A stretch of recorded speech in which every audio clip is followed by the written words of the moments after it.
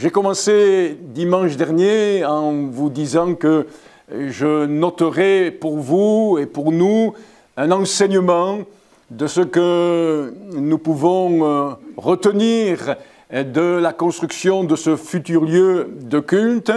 Et je voudrais ce matin, juste avant d'introduire la prédication et de faire avec vous un partage biblique, retenir la chose suivante. Dieu sait préparer les personnes et les choses dont on a besoin. Il sait les préparer à l'avance pour que ces projets voient le jour, pour que ces projets se réalisent. Et en ce qui concerne la construction de ce futur lieu de culte à Dieu, oui, des personnes qualifiées ont pris leur retraite juste au moment du lancement des travaux. Et étant encore en bonne santé, grâce à Dieu, ils ont voulu se rendre utiles. Et ça a été une bénédiction, et c'est encore une bénédiction pour l'Église de Jésus-Christ ici à Ganges. Mais je voudrais laisser sur votre cœur un exemple tout récent.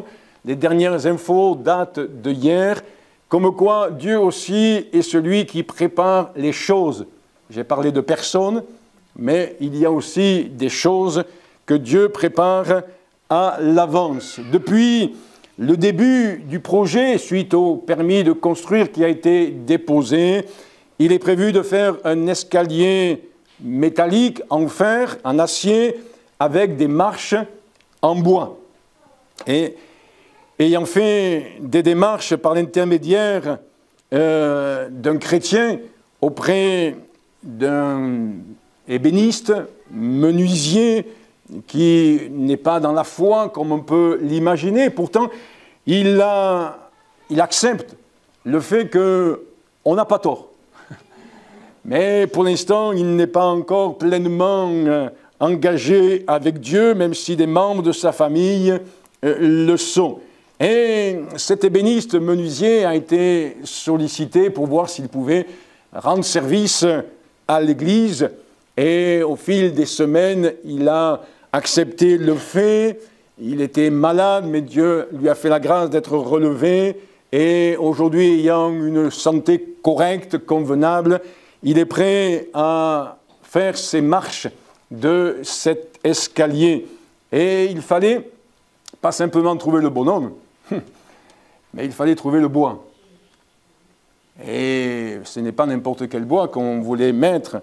On ne voulait pas mettre un résineux parce que ce n'est pas quelque chose qui est correct, convenable, etc. Et puis, trouver le bois, s'il est encore sur pied aujourd'hui, ce n'est pas encore extraordinaire. Mais Dieu a fait en sorte qu'il y a des années en arrière, un merisier pousse quelque part. Et Dieu a fait en sorte qu'il y a quelques années en arrière, quelques mois on va dire, mais plusieurs mois, plus d'une année en arrière, ce merisier faisait de l'ombre, trop d'ombre. Et une personne l'a coupé et l'a fait débiter et l'a mené pour qu'il soit transformé en planche. Et il fallait donc trouver un joli bois. Je pense que le merisier, c'est pas mal, comme joli bois. Mais ça ne se coupait pas à la dernière minute, donc il fallait que tout ça soit bien préparé, anticipé. Et puis, ce qui nous a été demandé, c'est que les marches devaient faire 5 cm d'épaisseur. Mais pour pouvoir trouver des planches de 5 cm d'épaisseur, aujourd'hui, c'est quand même compliqué. Surtout qu'il en faut un peu plus de centimètres si vous pensez au rabotage. Et gloire à Dieu, hier, on reçoit un coup de fil en nous disant « on a trouvé la perle rare ». On a trouvé la perle rare. Et on a trouvé bien un bois, un merisier, qui mesure 6 cm d'épaisseur.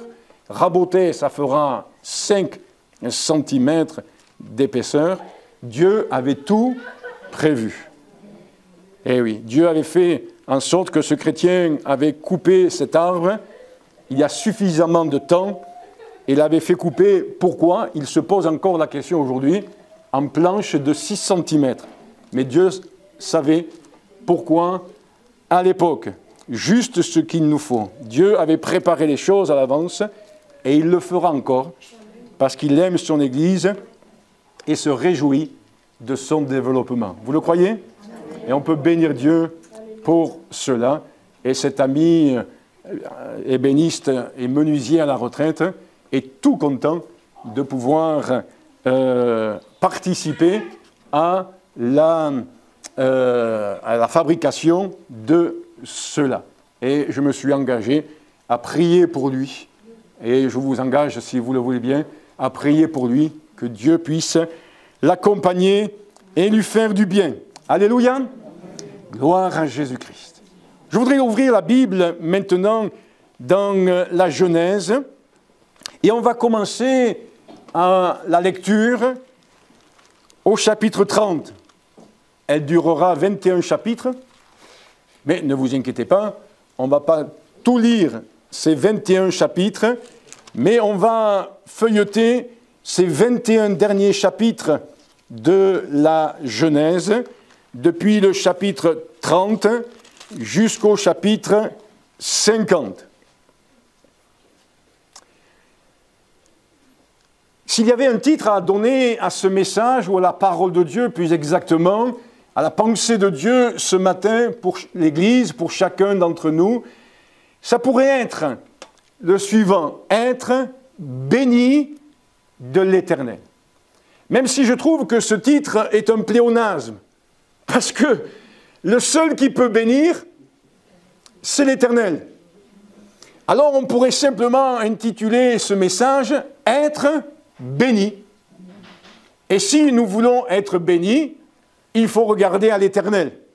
Et quand nous regardons à l'Éternel, on est béni.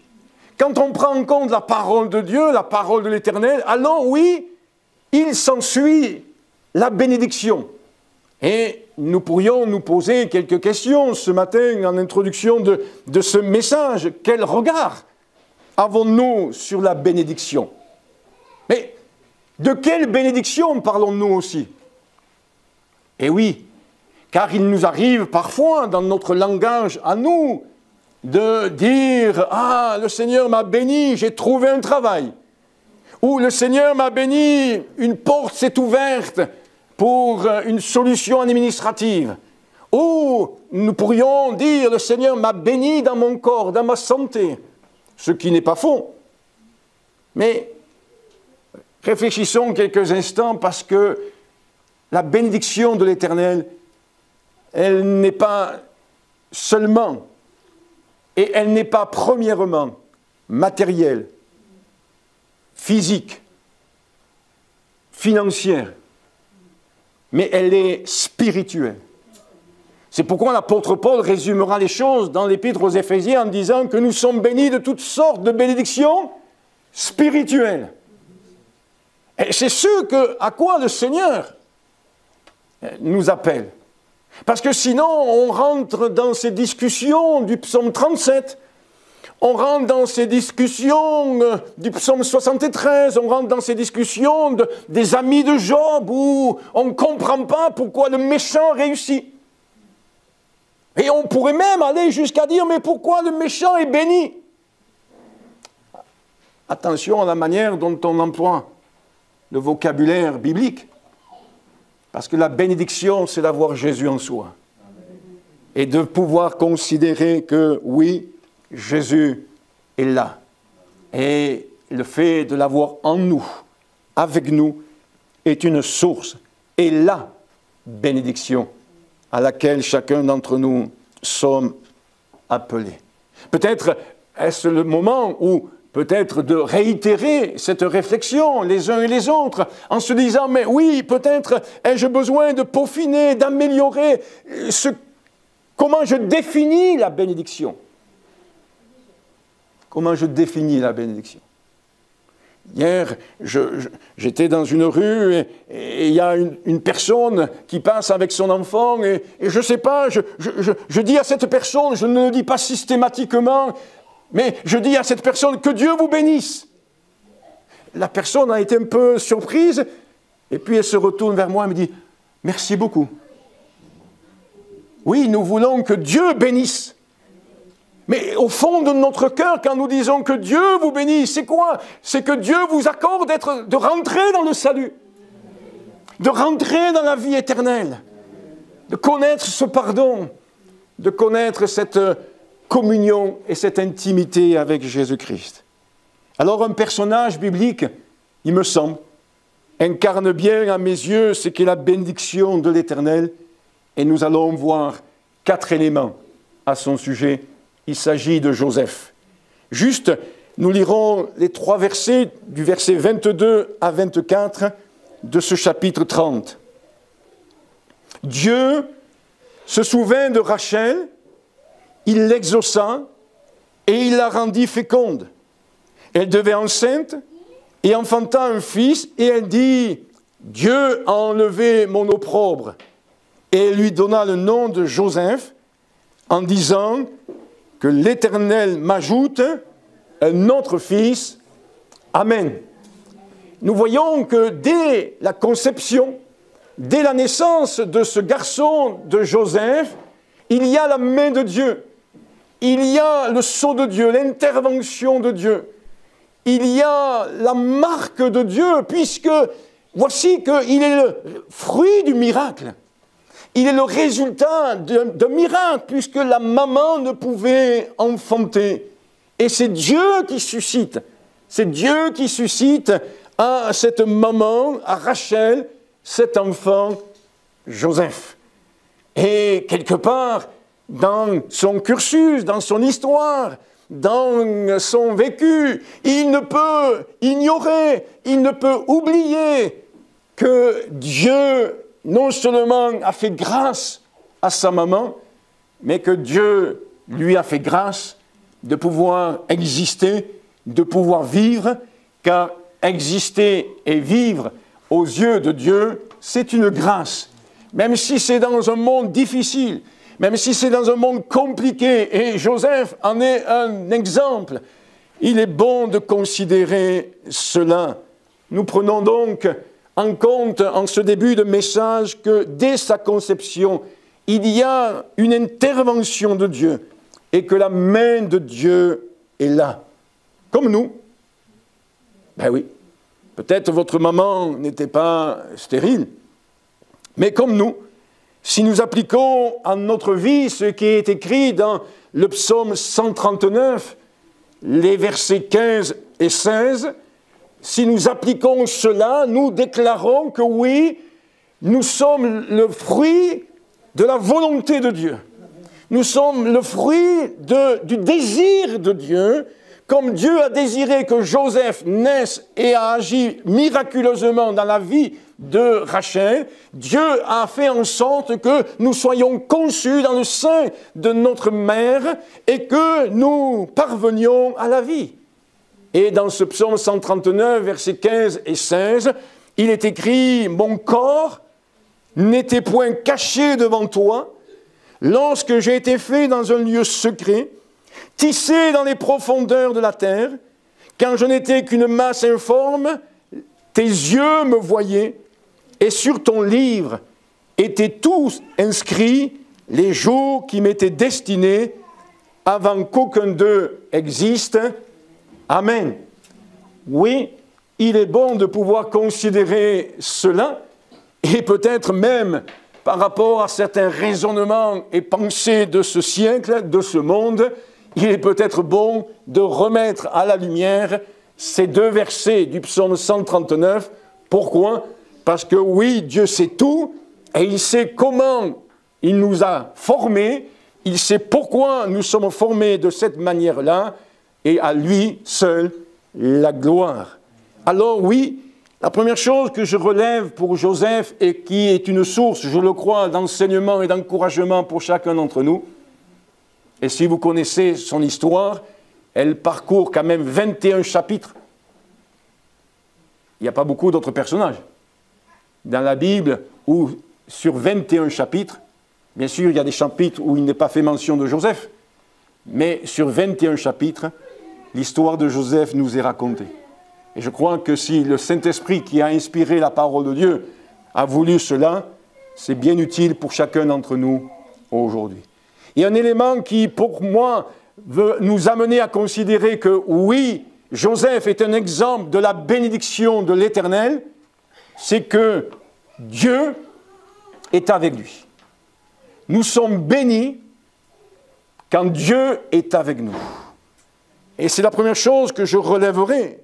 Au chapitre 39 et au verset 2 tout d'abord, il est dit ceci, « L'Éternel fut avec lui et la prospérité l'accompagna. » Dieu, on peut le constater, et je ne vais pas rentrer trop dans des détails, est omniprésent dans la vie de Joseph. Pas simplement lors de sa naissance, dont je viens de parler, mais à plusieurs reprises, dans les faits, dans les contextes, dans les situations. Pas simplement parce que la Bible le dit clairement à 2 reprises. J'y reviendrai sur le deuxième passage dans un instant où cela est écrit, mais la Bible nous dit « Dieu fut avec Joseph ». Et ça, c'est une bénédiction. Quel témoignage de la grâce de Dieu qu'il nous est montré que Dieu est là. Dieu est là pour le sortir du puits où ses frères l'ont mis. Dieu fait en sorte, dans son omniscience, Dieu fait en sorte qu'une caravane passe juste à ce moment-là. Dieu fait en sorte que ses frères qui veulent l'éliminer, le tuer, le laisser mourir, Dieu fait en sorte qu'il change d'avis et qu'il souhaite le vendre au lieu de le voir mourir. Dieu est là, maîtrisant, contrôlant toutes choses. Alors, je le disais, ce n'est pas marqué noir sur blanc dans le texte biblique, mais nous voyons la providence de Dieu. Nous voyons Dieu qui fait en sorte que lorsqu'il arrive en Égypte, il se retrouve dans telle maison et pas dans une autre maison. Il fait en sorte plus tard que 2 prisonniers célèbres, un échanson et un panetier, se retrouvent à son contact dans la prison. Il fait en sorte que le Pharaon ait une révélation, une vision. Dieu est là, contrôlant toutes choses. Et lorsque nous, chrétiens, enfants de Dieu, à un degré moindre peut-être que Joseph, mais nous, enfants de Dieu, si nous considérons que Dieu est au-dessus de toutes choses, contrôlant toutes choses, alors oui, je dis, Seigneur, tu me donnes d'être dans la bénédiction, parce que tu es là avec moi. Et je te laisse le contrôle. Je te laisse diriger. Même si je dois passer par la prison, même si je dois passer par l'abandon, même si je dois passer par le rejet comme Joseph, même si je dois me retrouver au fond d'un puits, je te laisse tout, Seigneur, tu es là et l'essentiel pour moi, c'est que tu sois là, Seigneur. Je n'ai pas besoin d'autre chose. La bénédiction, c'est seulement le fait de se dire, Seigneur, où irais-je loin de ton esprit? Que ferais-je loin de toi? Je serais perdu, je serais misérable, je serais pauvre, je serais sec. Ça serait de l'aridité au fond de moi-même, sans espérance, sans repos, sans tranquillité. Oui, ces choses-là sont la bénédiction, mais la bénédiction, c'est le fait d'avoir Jésus avec nous. Et le fait d'avoir Jésus avec nous nous conduit à vivre ces choses-là. Et c'est ce que nous voyons. Joseph n'a pas écrit un livre comme Job a pu l'écrire. Joseph ne s'est pas lamenté comme Jérémie a pu se lamenter. Non. Joseph n'a pas écrit des psaumes en disant « Mon Dieu, pourquoi m'as-tu abandonné ?» Non. Nous sommes émerveillés de voir que malgré les circonstances, les situations qui ne sont pas des situations des plus agréables à la vue humaine, Dieu est là. Quand Dieu est avec nous, c'est la bénédiction. Et c'est pourquoi il est même dit donc dans ce chapitre 39 et au verset 21 de la Genèse, alors qu'il est en prison, dans ce moment difficile, Dieu est avec lui. Il nous est dit là précisément que Dieu était avec Joseph. Il fut là en prison Et l'Éternel, la phrase suivante, fut avec Joseph. Mais vous allez me dire, il n'y a pas que Joseph qui a connu cela. C'est vrai, on en a parlé dernièrement ensemble. Il y a eu Paul et Silas. Et Dieu fut avec eux dans cette prison. Et Dieu est avec nous quand nous sommes avec lui. C'est pourquoi nous avons raison de chanter que Dieu est bon en tout temps, en toutes circonstances. Oui, la bénédiction, c'est de savoir que Dieu est avec nous. Et si Dieu est avec nous, c'est suffisant. C'est pourquoi l'apôtre Paul entendra cette phrase bien connue, bien célèbre, peut-être dite trop vite et trop souvent. « Ma grâce te suffit ».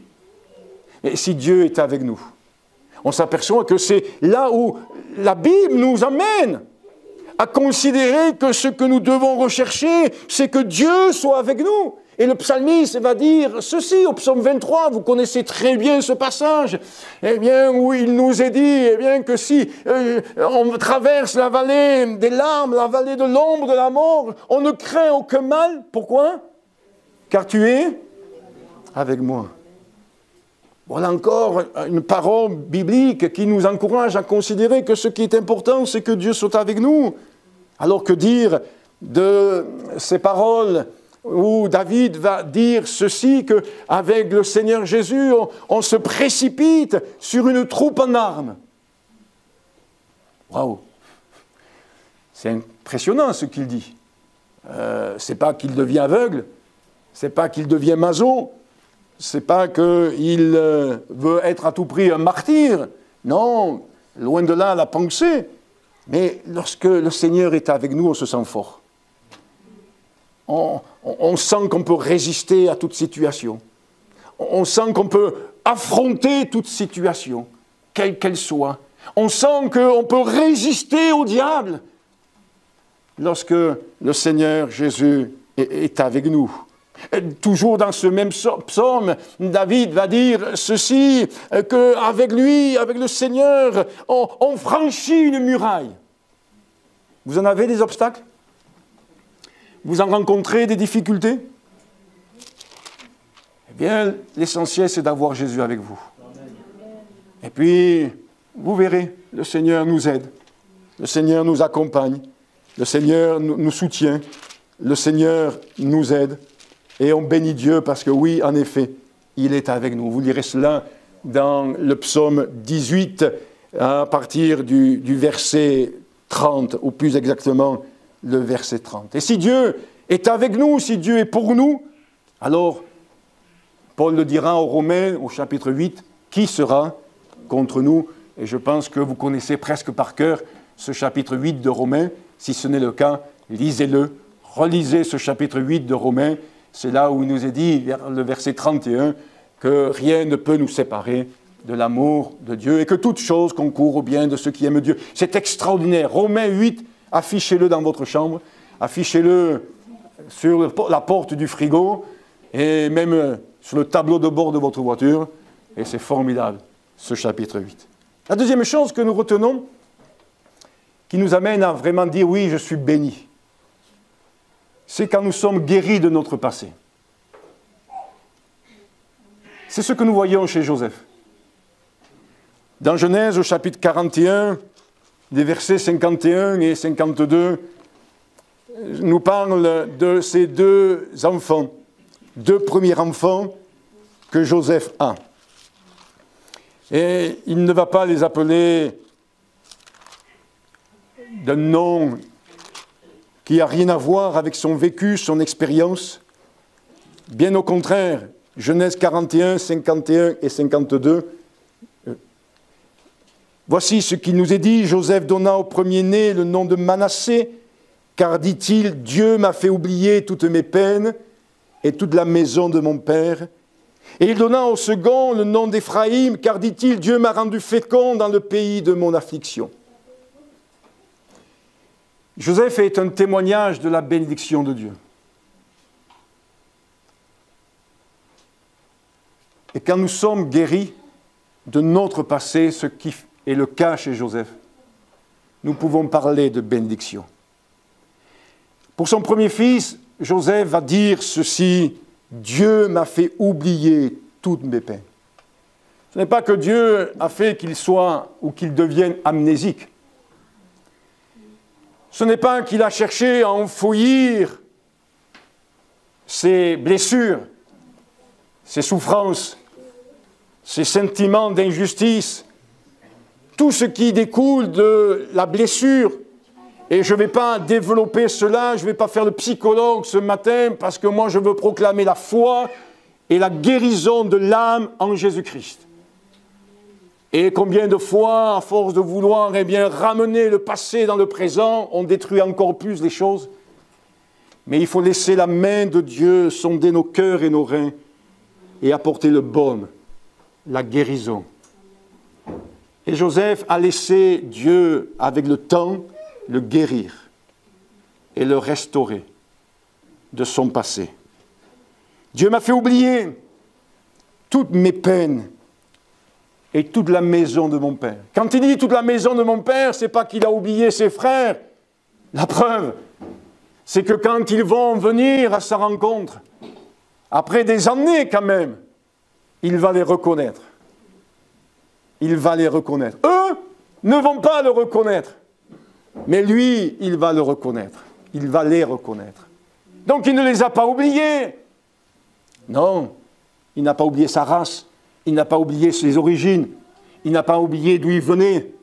Non, Dieu lui a fait en sorte que, oui, toutes les douleurs, toutes les plaies, toutes ces plaies vives, tous ces sentiments de colère, d'injustice, d'amertume, de rancœur, de vengeance, je ne sais quoi d'autre, qui ont pu être véhiculés par ce qu'il a vécu. Eh bien, tout cela, il en a été délivré, il en a été réparé, il a été restauré par le Seigneur. La bénédiction que Dieu veut nous donner, frères et sœurs, c'est d'être guéris de notre passé. Obligé, mes frères et sœurs, chers amis, de constater, après plus de 30 ans de ministère, obligé de constater que parmi le peuple de Dieu, parmi l'Église de Jésus-Christ, beaucoup encore n'ont pas réglé leur passé. Beaucoup encore n'ont pas oublié les échecs, les blessures, les souffrances. Et je ne vais pas me répéter. Certains ont essayé d'enfouir. Certains ont essayé d'oublier avec leurs propres forces, leurs propres moyens. Mais obligés, je leur dis comme cela, de constater qu'encore aujourd'hui, parmi le peuple de Dieu et les enfants de Dieu, pourtant ils sont nés de nouveau, l'Esprit de Dieu est là, le parler en langue est là, la vie de l'Esprit est là. Et pourtant, il n'y a pas cette bénédiction qui est le résultat d'une vie réparée, restaurée. Une bénédiction qui amène à être une source de bénédiction, comme l'a été Joseph, mais je n'en dis pas plus. On a cherché à l'enfouir, on s'est appuyé sur des textes bibliques en disant « oui, tout va bien, c'est du passé ». Oui, mais si le passé, tu ne l'as pas réglé au pied du Seigneur, pour lui demander de réparer, de mettre un baume, lui le réparateur, lui le restaurateur. C'est le psaume 23 qui nous dit ceci, il restaure mon âme. Pas simplement qu'il la nourrit, mais il la répare. Combien d'enfants de Dieu ressassent encore leur passé? Oh, il n'y a pas besoin de faire le psychologue pour savoir les choses du passé chez l'un ou chez l'autre. Mais il suffit des fois simplement d'écouter. Il suffit simplement des fois de regarder les réactions. Et des fois, les paroles et les réactions dénotent que le passé n'est pas réglé. Est-ce que tu veux vivre la bénédiction de Dieu? Alors, viens à Jésus.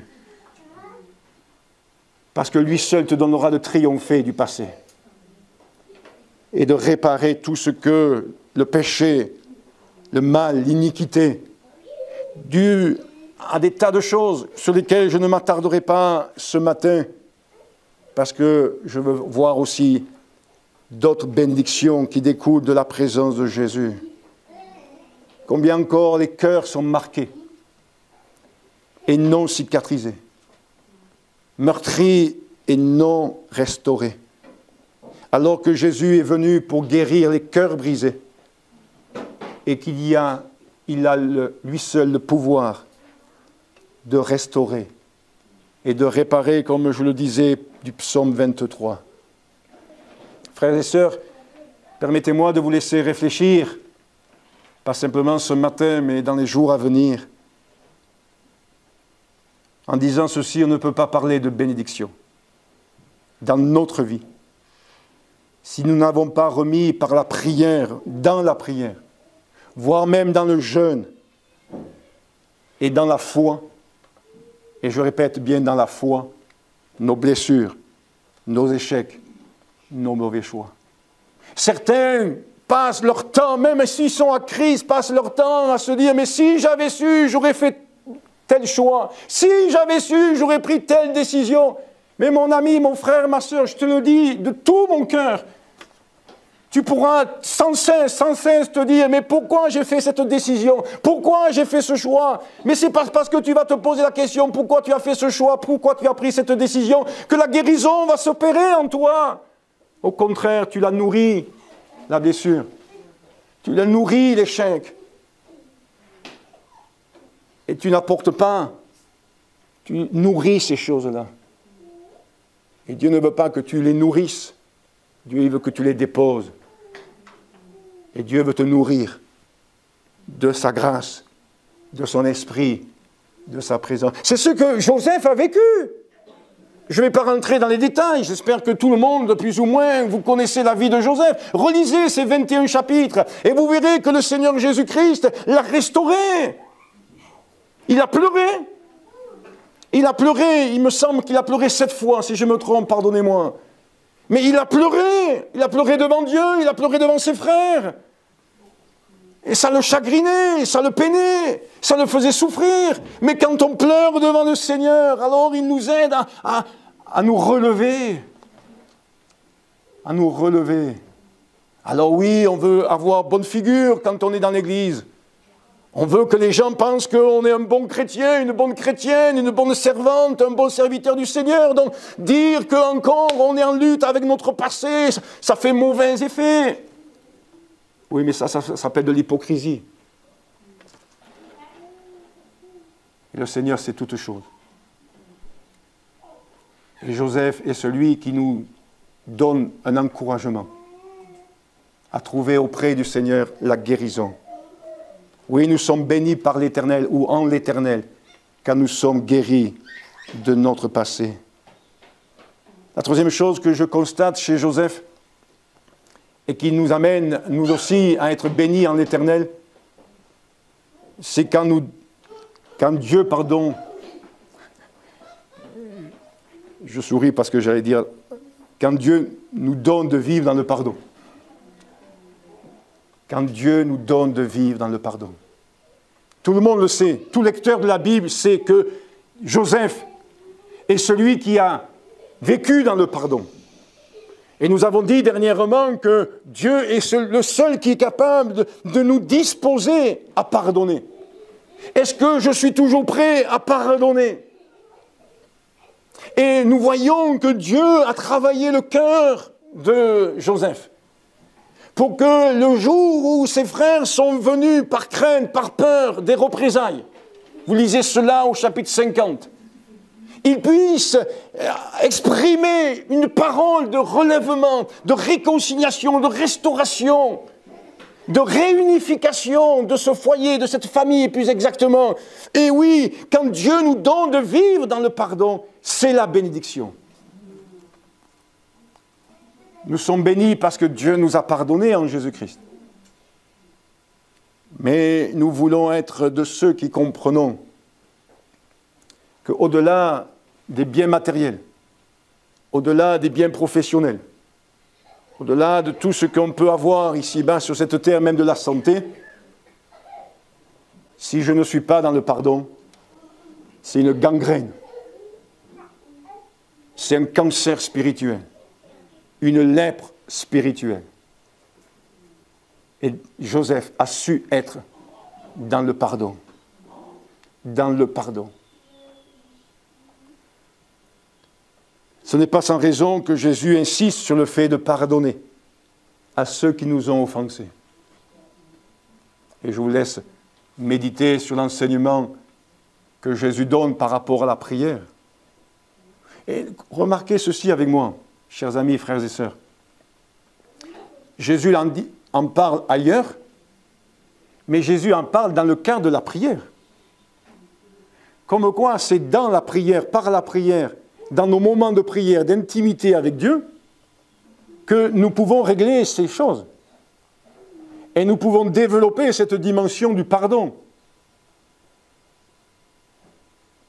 C'est quand nous prêtons à offrir notre offrande au Seigneur, c'est-à-dire à être dans une communion avec Dieu, que Dieu met le sceau, Dieu met le doigt. Ce n'est pas quand on se tient à l'écart, ce n'est pas quand on se tient en retrait, que ces choses se révèlent dans notre cœur et sont amenées à être exprimées. Veux-tu la bénédiction? Celle de l'Éternel, bien sûr, parce qu'il n'y en a pas d'autre ailleurs. Considère non seulement son pardon, mais considère le fait qu'il veut t'amener aussi à pardonner. À pardonner. Permettez-moi de citer deux textes, tout d'abord dans Colossiens chapitre 3, verset 13.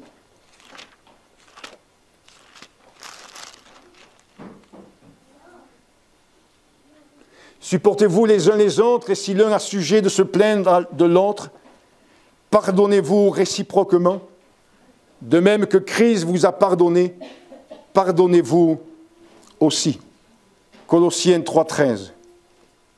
Et puis, un peu avant, dans Éphésiens, au chapitre 4, verset 31, que toute amertume, toute animosité, toute colère, toute clameur, toute calomnie, toute espèce de méchanceté disparaissent du milieu de vous. Éphésiens 4, verset 31. Éphésiens 4, verset 31. Soyez bons les uns envers les autres, compatissants, vous pardonnant réciproquement comme Dieu vous a pardonné en Christ. Et j'aurais pu citer encore d'autres versets, d'autres passages du Nouveau Testament qui nous invitent à considérer ces choses-là. Mais le temps passe et je termine, c'est rare, mais là encore ce dimanche, il y a 4 points avec celui-ci qui quand même caractérise Joseph. J'ai fermé la Bible, mais le message n'est pas fini. La bénédiction de l'Éternel, c'est quand nous sommes dans l'espérance. Et à la fin de ces jours, les derniers versets de la Genèse, donc vous voyez, on a pu voir 31 chapitres ce matin ensemble, c'est pas mal comme exploit. À la fin de la Genèse, il y a ces paroles de Joseph à l'égard de ses descendants, à l'égard des siens. Il leur dit ceci, je voudrais quand même le lire parce que des fois c'est peu connu. Verset 22, Joseph demeura en Égypte, lui et la maison de son père, il vécut 110 ans. Joseph vit les fils d'Éphraïm jusqu'à la 3e génération et les fils de Makir, fils de Manassé, naquirent sur ses genoux. Joseph dit à ses frères, je vais mourir, mais Dieu vous visitera. Et il vous fera remonter de ce pays-ci, dans le pays qu'il a juré de donner à Abraham, à Isaac et à Jacob. Joseph fit jurer les fils d'Israël en disant, Dieu vous visitera et vous ferez remonter mes eaux loin d'ici. Joseph mourut, comme quoi il avait prophétisé. C'est pas trop compliqué. Âgé de 110 ans, on l'embauma et on le mit dans un cercueil en Égypte. Oui, mes frères et sœurs, après avoir considéré avec vous que la bénédiction dont nous avons besoin, c'est que Dieu soit avec nous, quelles que soient les circonstances. Que la bénédiction, c'est le fait d'être guéri de son passé. Que la bénédiction que Dieu veut nous accorder, c'est de pouvoir vivre dans le pardon au regard de Joseph. Joseph nous enseigne une 4e chose qui amène à la bénédiction. c'est quand nous sommes dans l'espérance. Réfléchissez et vous verrez que ces 4 choses sont liées ensemble. C'est quand nous sommes dans l'espérance.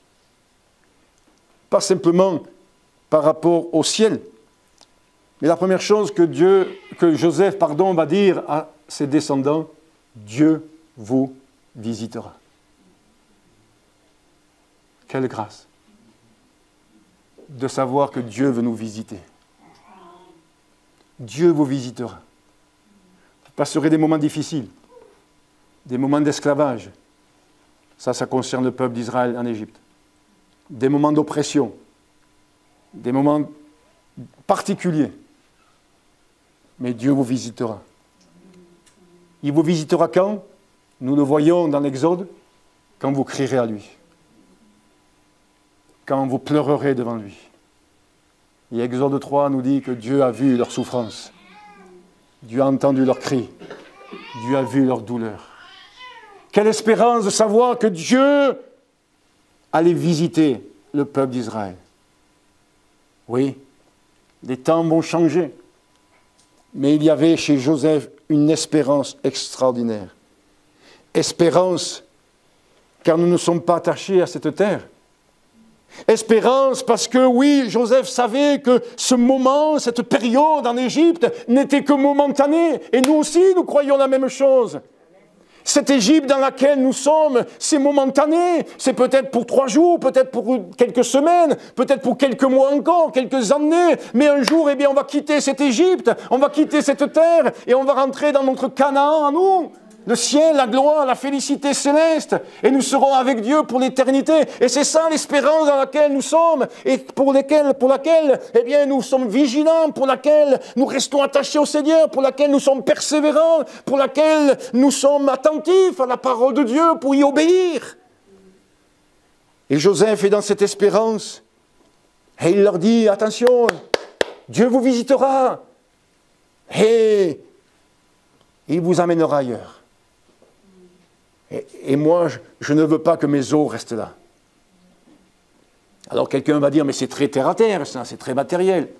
Oui, mais derrière cette demande de Joseph, il y a une dimension de foi, il y a une dimension d'espérance. Oui, et nous c'est pareil. Il y a un proche qui a souhaité, je vais le citer même, c'est mon beau-père, qui a souhaité que sur sa pierre tombale, il puisse être marqué « Ici, j'attends la résurrection ». Oui, notre espérance, elle est dans le ciel. Et c'est ça, la bénédiction. Tu passes par la maladie. Laisse la bénédiction de Dieu t'envahir en te disant que ce que Dieu a prévu à la fin, c'est le ciel.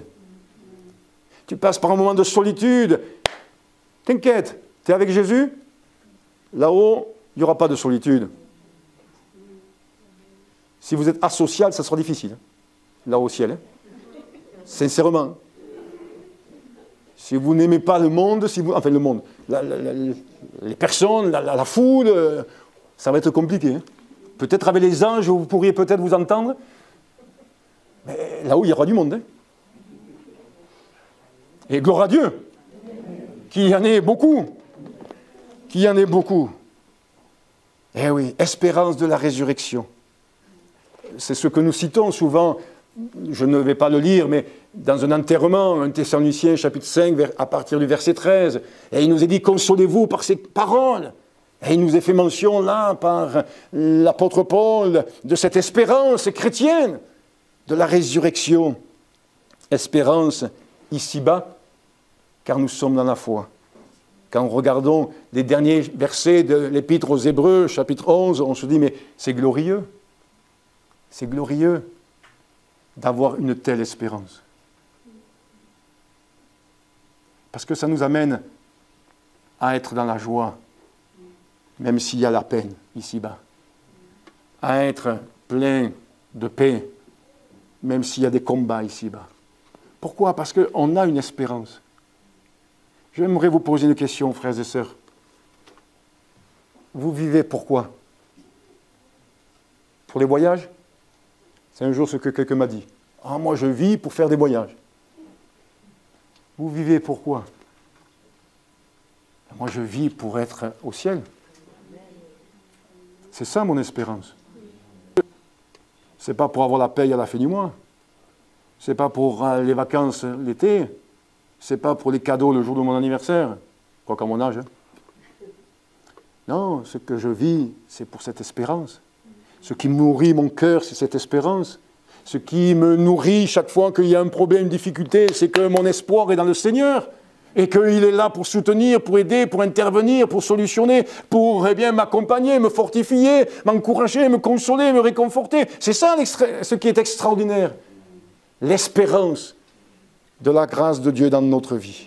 Alors, il faut bien conclure, et j'y viens juste avec cette phrase qui fait allusion à un verset que vous connaissez bien. Peut-être il vous est déjà venu à l'esprit pendant le message, que nous puissions les uns et les autres vivre cette bénédiction, car elle est enrichie et elle n'est suivie d'aucun chagrin.